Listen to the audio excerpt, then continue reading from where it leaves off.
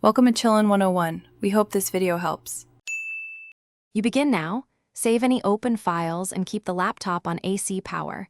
You need the administrator password for some tools. Once ready, restart the machine and immediately tap F8 repeatedly as the BIOS hands off to Windows. Timing matters. If done correctly, the Advanced Boot Options menu appears. Use the arrow keys to select Repair your computer and press Enter.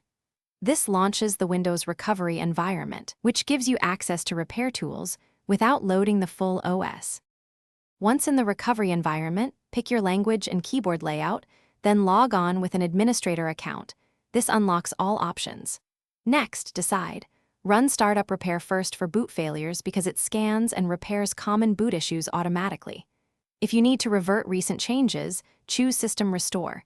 For full recovery from an image, select System Image Recovery. Use Command Prompt for targeted fixes like boottrack commands. Make your selection and follow the on-screen prompt step by step.